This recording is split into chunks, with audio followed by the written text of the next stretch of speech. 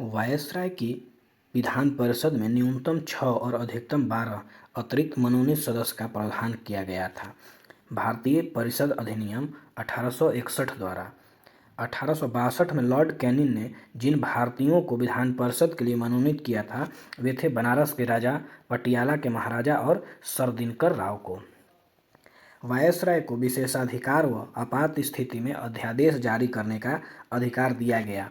भारतीय परिषद अधिनियम 1861 के द्वारा भारत में संविभागीय प्रणाली की शुरुआत की थी।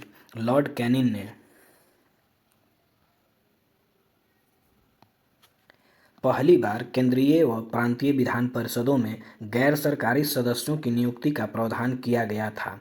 भारतीय परिषद अधिनियम 1892 में भारतीय राष्ट्रीय कांग्रेस के 1889 से 1891 तक के अधिवेशनों में स्वीकार किए गए प्रस्तावों से प्रभावित होकर पारित किया गया था। भारतीय परिषद अधिनियम 1892 भारतीय परिषद अधिनियम 1909 का अन्य नाम है मार्ले मिंटो सुधार। वायसराय की कार्यकारिणी परिषद में नियुक्त होने वाले प्रथम भारतीय सत्येंद्र प्रसाद सिन्हा विधि सदस्य थे। पहली बार केंद्रीय विधान परिषद हेतु मुस्लिम वर्ग के लिए पृथक निर्वाचन व्यवस्था की गई थी। भारतीय परिषद अधिनियम 1909 के द्वारा सांप्रदायिक निर्वाचन के जनक के रूप में जाना जाता है लॉर्ड मिंटो को। जॉन मार्ले थे इंग्लैंड में भारत के राज्य सचिव। भारत शासन अधिनियम 1919 को जाना जाता है मॉन्टेग्यू चेम्सफोर्ड सुधार के नाम से। मॉन्टेग्यू तथा चेम्सफोर्ड थे क्रमशः भारत के राज्य सचिव तथा वायसराय। केंद्र में द्विसदनात्मक विधायिका की स्थापना की गई थी। भारत शासन अधिनियम 1919 के तहत भारत शासन अधिनियम 1919 द्वारा प्रांतीय विषयों को बांटा गया था दो भागों में, हस्तांतरित व आरक्षित में। प्रांतीय विषयों में हस्तांतरित विषयों के अंतर्गत आने वाली प्रमुख विषय थे शिक्षा, पुस्तकालय, स्थानीय शासन, चिकित्सा, सार्वजनिक निर्माण, उद्योग, सार्वजनिक मनोरंजन आदि। भारत शासन अधिनियम 1919 के अंतर्गत विधान परिषद में सदस्यों की व्यवस्था की गई थी 3 प्रकार के: निर्वाचित, मनोनीत सरकारी व मनोनीत गैर सरकारी।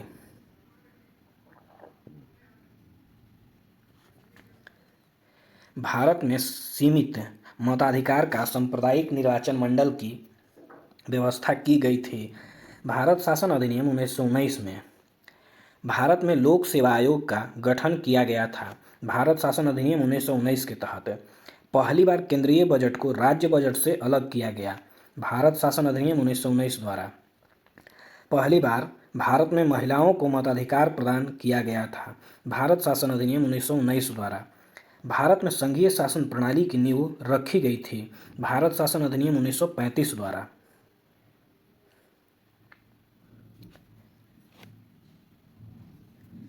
भारत शासन अधिनियम 1935 के अनुसार भारतीय संघ की इकाइयाँ थीं 2 ब्रिटिश भारतीय प्रांत व देशी रियासतें। केंद्र तथा राज्य के मध्य शक्तियों का विभाजन 3 सूचियों में किया गया था। भारत शासन अधिनियम 1935 द्वारा भारत शासन अधिनियम 1935 में तीनों सूचियों में व्याप्त विषय थे: संघ सूची 59 विषय, प्रांत सूची 54 विषय व समवर्ती सूची 36 विषय। प्रांतों में द्वैध शासन को समाप्त किया गया था। भारत शासन अधिनियम 1935 द्वारा भारत में संघीय न्यायालय की स्थापना हुई थी। भारत शासन अधिनियम 1935 के अंतर्गत 1937 में भारत परिषद को समाप्त कर दिया गया था। भारत शासन अधिनियम 1935 द्वारा भारत शासन अधिनियम 1935 के तहत प्रांत जिनके विधान मंडलों में 2 सदस्य की व्यवस्था की गई थी। 11 में से 6 प्रांतों में असम, बंगाल, बिहार, बम्बई, मद्रास व संयुक्त प्रांत में। अधिनियम जिसके द्वारा बर्मा, म्यांमार को भारत से अलग कर दिया गया था। भारत शासन अधिनियम 1935 द्वारा 1937 में कर दिया गया। भारतीय रिजर्व बैंक की स्थापना की गई थी। भारत शासन अधिनियम 1935 के अंतर्गत भारत शासन अधिनियम 1935 के अंतर्गत निर्वाचन की व्यवस्था की गई थी।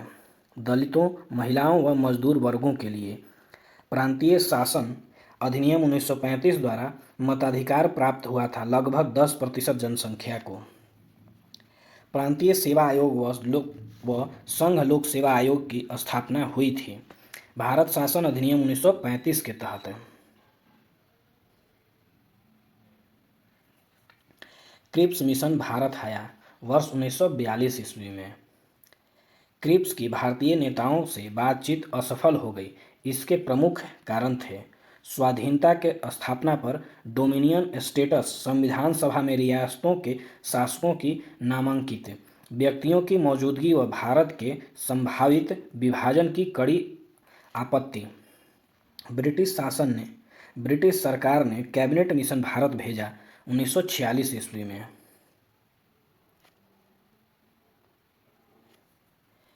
कैबिनेट मिशन के सदस्य थे Lord Pethick Lawrence, Sir Stafford Cripps व एवी अलेक्जेंडर। ब्रिटिश भारत व देशी रियासतों को मिलाकर एक भारतीय संघ का गठन किया जाएगा, यह कथन है कैबिनेट मिशन का। नए संविधान के निर्माण तक प्रशासन भारत सरकार अधिनियम 1935 के अनुसार चलाया जाएगा, यह कथन है भारतीय स्वतंत्रता अधिनियम 1947 का। भारत सचिव का पद समाप्त कर दिया गया था भारतीय स्वतंत्रता अधिनियम 1947 द्वारा। देशी रियासतों पर ब्रिटिश संप्रभुता का अंत कर दिया गया था भारतीय स्वतंत्रता अधिनियम 1947 द्वारा। भारत की स्वतंत्रता के लिए डिक्की बर्ड प्लान तैयार किया था लॉर्ड माउंटबेटन ने। डिक्की बर्ड प्लान के अन्य नाम हैं बाल्कन प्लान, इस्मा प्लान 1947। विभाग जो स्वतंत्रता पूर्ण गठित अंतरिम मंत्रिमंडल में जवाहरलाल नेहरू को प्राप्त हुआ था। राष्ट्रमंडल संबंध विदेशी मामलों का विभाग है। स्वतंत्रता पूर्व गठित अंतरिम मंत्रिमंडल में स्वास्थ्य मंत्री थे गफ्फार अली खान।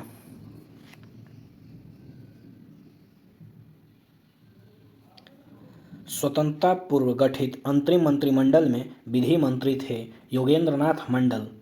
स्वतंत्रता पूर्व गठित अंतरिम मंत्रिमंडल में वाणिज्य मंत्री थे आई चुंदरीगर। स्वतंत्रता पूर्व गठित अंतरिम मंत्रिमंडल में कार्य, खान व ऊर्जा मंत्री थे CH भाभा। स्वतंत्रता पूर्व गठित अंतरिम मंत्रिमंडल में श्रम मंत्री जगजीवन राम।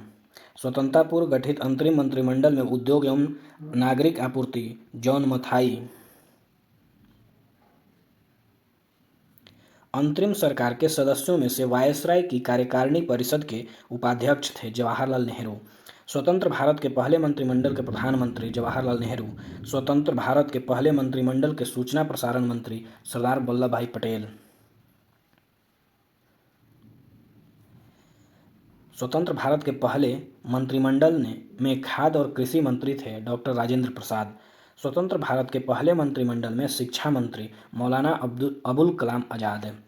स्वतंत्र भारत के पहले मंत्रिमंडल में रेलवे और परिवहन मंत्री डॉक्टर जॉन मथाई। स्वतंत्र भारत के पहले मंत्रिमंडल में वित्त मंत्री थे RK षणमुख चेट्टी। स्वतंत्र भारत के पहले मंत्रिमंडल में विधि मंत्री थे डॉक्टर BR अम्बेडकर। स्वतंत्र भारत के पहले मंत्रिमंडल में स्वास्थ्य मंत्री थे राजकुमारी अमृत कौर। स्वतंत्र भारत के पहले मंत्रिमंडल में संचार मंत्री थे रफ़ी अहमद किदवई। स्वतंत्र भारत के पहले मंत्रिमंडल में उद्योग आपूर्ति मंत्री डॉक्टर श्यामा प्रसाद मुखर्जी। स्वतंत्र भारत के पहले मंत्रिमंडल में कार्य, खान और ऊर्जा मंत्री VN गाडगिल।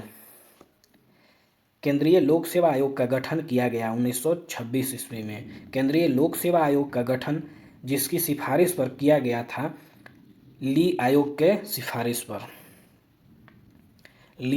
सिफारिश पर जवाहरलाल नेहरू को पहले प्रधानमंत्री के रूप में शपथ दिलाई थी। लॉर्ड माउंटबेटन ने राष्ट्रपति की अध्यादेश जारी करने की शक्ति प्रेरित है भारत शासन अधिनियम 1935 द्वारा। 1935 के अधिनियम द्वारा स्थापित संघ में विशिष्ट शक्तियां निहित थीं। गवर्नर जनरल में ब्रिटिश शासनकाल में भारत में बजट की व्यवस्था आरंभ की गई 1860 से।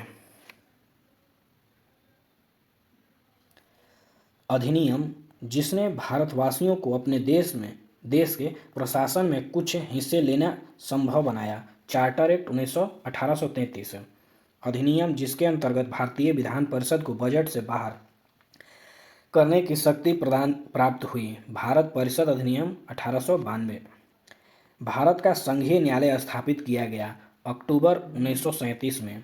राष्ट्रपति को अध्यादेश निर्गत करने की शक्ति प्रेरित है। भारत शासन अधिनियम 1935 से अधिनियम जिसके द्वारा संवैधानिक निरंकुशता का सिद्धांत प्रवृत्त किया गया। भारत शासन अधिनियम 1935 द्वारा अखिल भारतीय महासंघ स्थापित करने का प्रावधान शामिल किया गया था। भारत शासन अधिनियम 1935 में